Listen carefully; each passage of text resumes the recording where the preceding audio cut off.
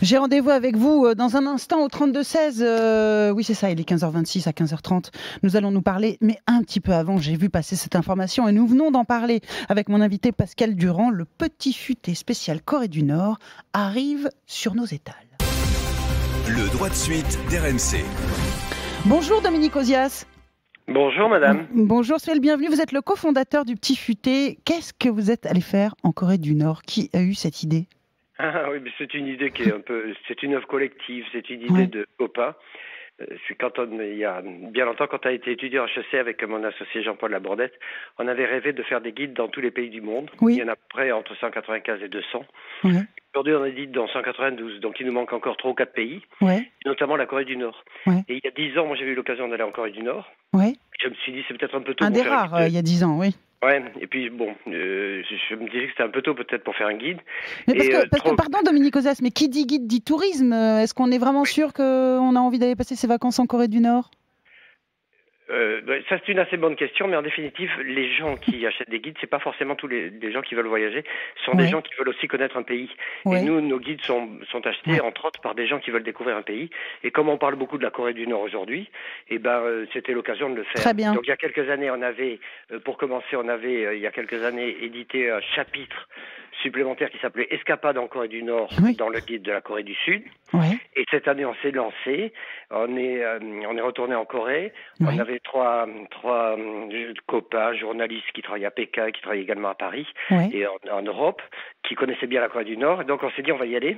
Et on a fait un guide qui a pas mal de succès parce que finalement c'est assez étonnant et parce que surtout comme c'est un pays fermé, une dictature horrible, il y a plein de gens qui veulent avoir des informations. Veulent savoir. Alors justement, je rappelle que vous avez cofondé la collection qui s'appelle Le Petit Futé. Est-ce qu'il y a des moyens futés d'échapper au politiquement correct ou à la bonne conscience quand on s'interroge sur la Corée du Nord? Parce que je vous donne des leçons en vous disant, mais enfin on n'a pas tellement envie d'aller en Corée du Nord, c'est une dictature. Mais on peut justement, et c'est ce que nous disait il y a un instant Pascal Durand, on peut avoir envie de soutenir les Coréens du Nord sans soutenir le régime.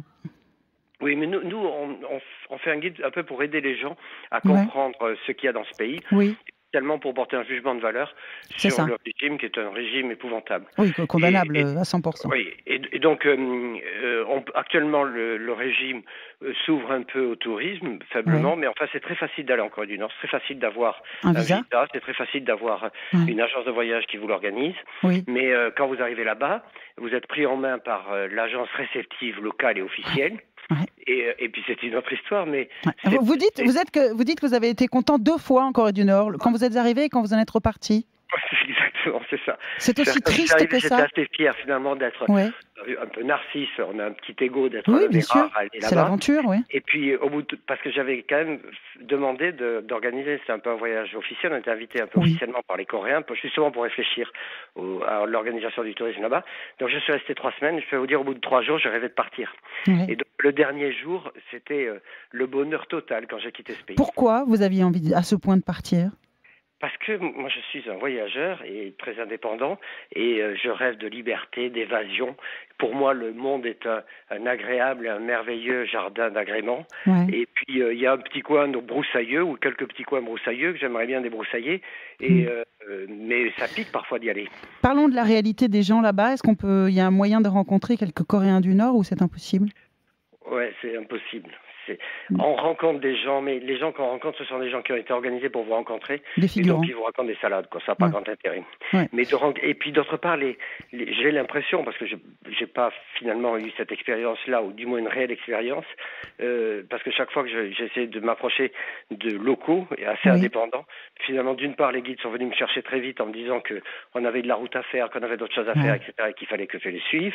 Et deuxièmement, j'avais l'impression que j'effrayais un peu ces autochtones, parce que depuis 50-60 ans, on leur explique que eux, ce sont les rois du monde et les plus beaux et les plus gentils et les meilleurs, et que tous les étrangers sont des méchants qui veulent les croquer. Alors donc, ils vous regardent avec un drôle d'air.